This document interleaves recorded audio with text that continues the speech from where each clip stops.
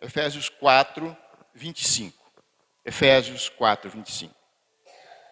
Paulo, estando preso em Roma, ele escreve essa carta aos Efésios, e nessa carta, Paulo fala aos irmãos sobre a união da igreja. E nessa carta, Paulo, então, orienta tanto a igreja como a família. E no capítulo 4, no versículo 25, que nós vamos ver agora, Paulo, então, nos exorta à santidade, a termos essas vestes brancas, estarmos preparados. Então, em reverência à palavra de Deus, vamos ficar de pé. Assim fala a santa palavra.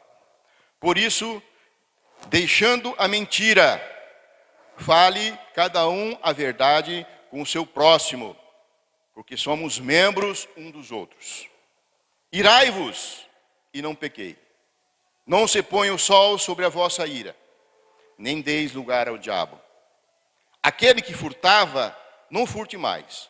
Antes, trabalhe, fazendo com as próprias mãos o que é bom, para que tenha com que acudir os necessitados.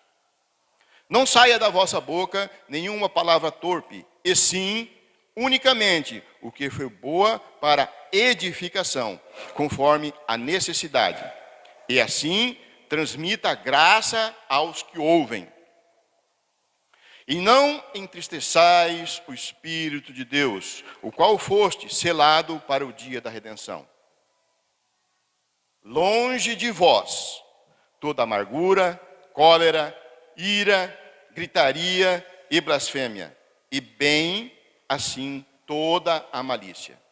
Antes, sede um para com os outros benignos, compassivos, perdoando-vos uns aos outros, como também Deus em Cristo vos perdoou. Amém? Podem sentar. Paulo, quando escreve essas palavras aos Efésios, ele coloca algumas regras básicas para que nós, membros da igreja, nós mantemos unidos. Não só a igreja, como a família cristã. E são regras simples que ele coloca aqui. Regras que nos levam para a santificação, para termos essas vestes brancas que tanto nós queremos ter, para se apresentar para Jesus. Ele coloca regras para que nós atingimos união na igreja. E Paulo, então, ele está alertando para não produzirmos maus frutos. Então, assim, evitando que sermos queimados como qualquer outra madeira descrente que está fora, que não acredita. Aquela que vive fora da videira verdadeira. Aquela que vive no mundo, a floresta do mundo. E Paulo, então, ele faz uma lista de erros que matam a nossa espiritualidade, matam a espiritualidade dos irmãos e da igreja. E lá no versículo 31, ele orienta, ele fala para nós deixarmos toda a amargura, a cólera, a ira, gritaria, blasfêmia e toda malícia. E isso é fruto dessa vinha má. É fruto daquela videira inútil que o pastor falou. E lá no versículo 32, ele fala: sede um para com os outros, benignos, compassivos, perdoando uns aos outros, como também Deus em Cristo vos perdoou. E voltando mais atrás, no 26 e no 27, Paulo fala: irai-vos e não pequeis. Não se põe o sol sobre a vossa ira. Não vá dormir com ira. No próximo versículo, ele fala assim: nem deis lugar ao diabo. Ter ira é dar lugar ao diabo. E dormir com ira, com raiva, é dar lugar ao diabo. E Paulo, então, ele nos alerta. Ele nos alerta, primeiramente, ele fala sobre a amargura. Amargura, que é um sentimento de descontentamento, uma certa decepção, uma injustiça sofrida por nós. Alguém cometeu uma injustiça contra nós. Talvez um fracasso da nossa vida. Então, que pode levar à separação entre os irmãos da igreja. Entre os irmãos de casa, da própria casa. E lá em Gênesis, nós temos um exemplo clássico. No versículo 4, capítulo 4, versículo 6. Fala que o semblante de Caim tinha caído. Caim, ele se irou e matou o seu irmão. Caim, ele estava amargurado. Ele estava decepcionado. Amargurado, por quê? Pelos seus próprios erros. Ele tinha errado. Então Paulo, ele vem nos orientando que deixemos de longe a amargura. Esse sentimento da amargura. E também o autor aos Hebreus, no capítulo 12, 15, ele vem nos orientando. Cuide que ninguém se exclua da graça de Deus. Se exclua da graça de Deus. Que nenhuma raiz de amargura brote e cause perturbação, contaminando muitos. Cuidado para não ser excluído. Excluído da graça de Deus pela sua própria amargura. Não deis lugar ao diabo.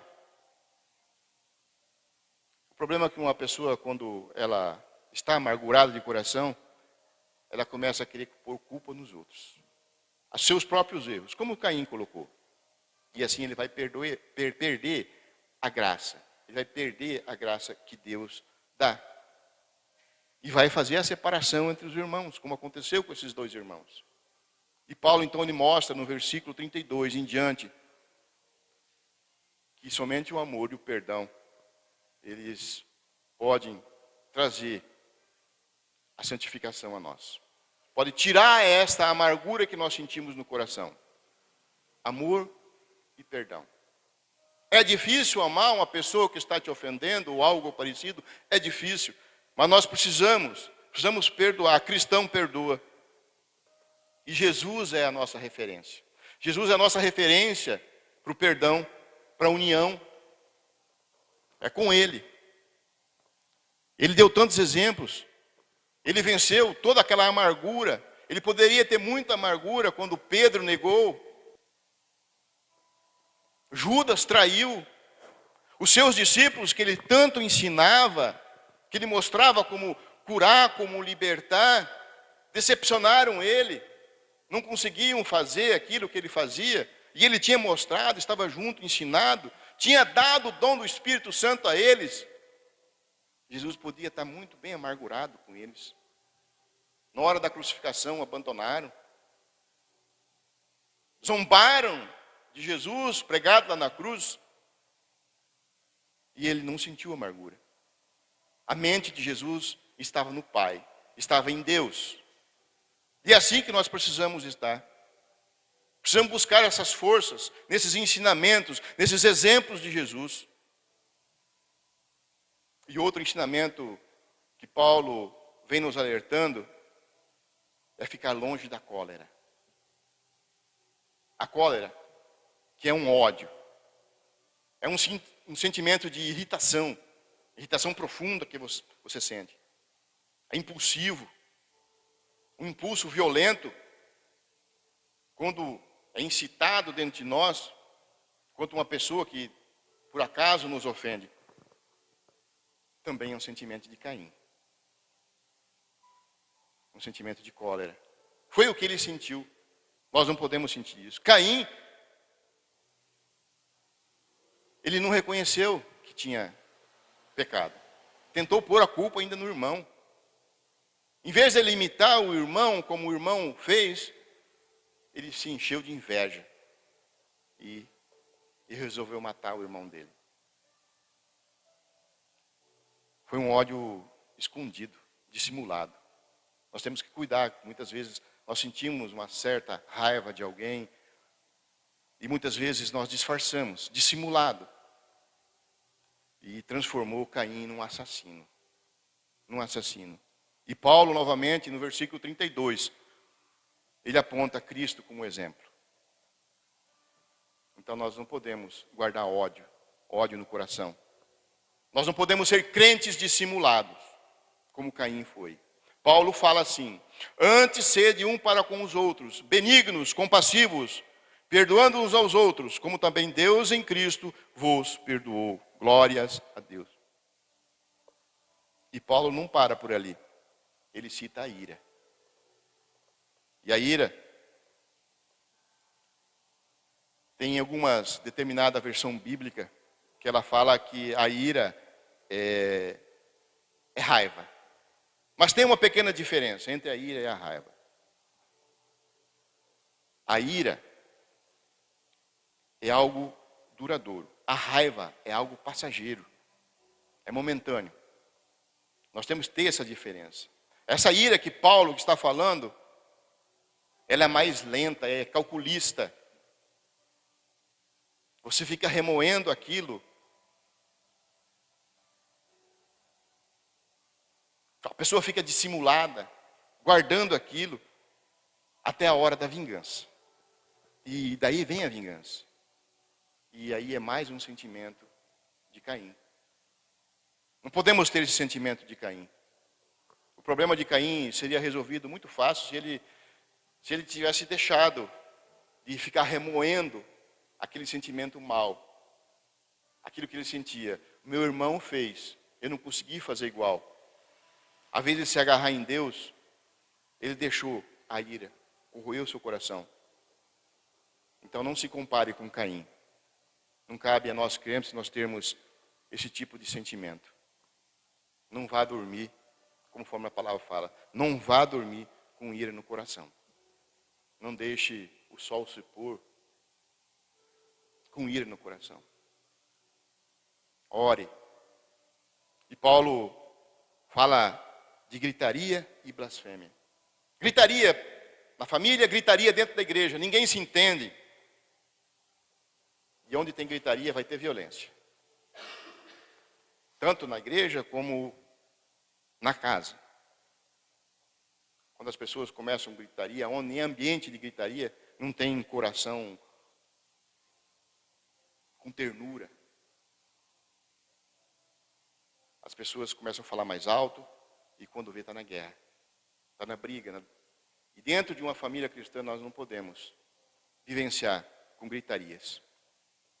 E a blasfêmia que Paulo está falando é um insulto. Um insulto tanto para o irmão, uma ofensa, e uma maior ainda que contra o Espírito Santo, que não é perdoado. Lá em Mateus 12, 31, 32, Jesus fala que todo pecado e blasfêmia serão perdoados aos homens. Mas a blasfêmia contra o Espírito de Deus não será perdoada. A blasfêmia é uma ofensa. E muitas vezes nós confundimos. Aqui, Paulo, no contexto geral do que Paulo está escrevendo, ele não está falando só em ofender o Espírito Santo. Ele, aqui no contexto geral, ele está falando sobre atribuir curas, milagres, que o Espírito de Deus que fez, atribuir a outras pessoas, às outras entidades. Sendo que quem cura, quem liberta, quem que dá os dons do Espírito Santo é Deus. É o Espírito de Deus. E Mateus fala no capítulo 12, 32, ele fala: se alguém proferir alguma palavra contra o Filho do Homem, ou seja, contra Jesus, ser-lhe-á isso perdoado. Mas se alguém falar contra o Espírito Santo, não será isso perdoado, nem neste mundo e nem no porvir. Queimará. Queimará como aquele galho inútil da videira. E Paulo ainda ele fala da malícia. E dentro da igreja, infelizmente, muitas vezes tem malícia. E a malícia é uma habilidade de enganar as pessoas. Uma intenção, de fato, maldosa. Tem pessoas que são maldosas. E o malicioso, geralmente, ele visa prejudicar alguém. Ele já tem em mente. Ele tem um alvo. Ele ouve um boato e é tudo que ele queria escutar. Um boato. E já sai espalhando. Ele sabe que aquilo não é verdade, que aquilo é mentira, mas ele prefere deixar o boato andando. Outro pecado grave. O malicioso, ele visa difamar o irmão. E muitas vezes ele acaba até com um ministério. O ministério do irmão. O irmão que está indo tão bem na igreja. Que está levando a palavra, que está pregando. Porque isso, a malícia, é algo próprio de Satanás. Não podemos cair nessa tentação. E são pessoas que muitas vezes, elas não têm a palavra de Deus para te pregar. Então, ela tenta difamar o outro. Fizeram isso com Jesus lá nos tempos antigos. Fizeram isso com Jesus. Mas com o tempo essas pessoas são desmascaradas. Elas vão ser desmascaradas. E daí elas somem. Elas não voltam mais a pregar aquilo que estavam pregando. E você? Você já sentiu? Ou por acaso já teve algum pequeno lapso de alguns itens desse que Paulo citou? Se você já teve algum desses sentimentos, cuidado, é sentimento de Caim. É sentimento de querer ir para o inferno. Ser abandonado. Deus abandona a videira brava. E no versículo 32, então Paulo nos mostra o necessário para a igreja permanecer unida. Para a família permanecer unida. E Paulo, então, ele dá aqui algumas virtudes. Bondade, perdão, compaixão. É isso que nós precisamos ser dentro da igreja. É isso que nós precisamos ser dentro da nossa casa, com a nossa família. Ser benigno, compassivo, saber perdoar. Benigno, compassivo, vai gerar união. União dentro da igreja, união na família. Ali sim, seremos uma boa videira. Não seremos a má videira. E se nós seguirmos essas exortações de Paulo e os ensinamentos que Jesus nos coloca, então sim, nós estaremos nos santificando. Com vestes brancas, como nós cantamos no louvor. Assim nós estaremos unidos. Uma igreja que subirá para o céu. Ora vem, Senhor Jesus. Assim nós vamos produzir bons frutos. Nós seremos uma igreja segundo o coração de Jesus. Amém? Glória a Deus. Vamos ficar de pé. Oremos. Faça um exame neste momento. Nós vamos cear daqui a pouco. Nós vamos tomar a Santa Ceia. Faça uma reflexão neste momento. Se você sentiu algum momento uma ira, algo parecido que isso Paulo está falando, algum sentimento desses, expõe para o Senhor Jesus. Peça para Jesus vestes brancas, para que nós possamos estar aptos ao momento que Ele venha. Ó Senhor Jesus, santo Tu és, maravilhoso Tu és, bondoso Tu és, toda honra e toda glória nós Te damos nesta noite, Senhor Deus. Vem, Senhor Jesus. Pai, nos dê sabedoria para que nós possamos nos preparar, Senhor Deus, para esse grande momento da Sua volta, Senhor Deus. Ó Pai querido, abençoe a Tua igreja, Senhor Deus. As lamparinas que estejam acesas nas nossas vidas, Senhor Deus. Ó Senhor Jesus, que nós possamos estar aptos, Senhor Deus, na Sua volta e sermos levados juntos. Maranata, ora vem, Senhor Jesus. Vamos louvar. Minhas lamparinas, ó Senhor Jesus, estão acesas.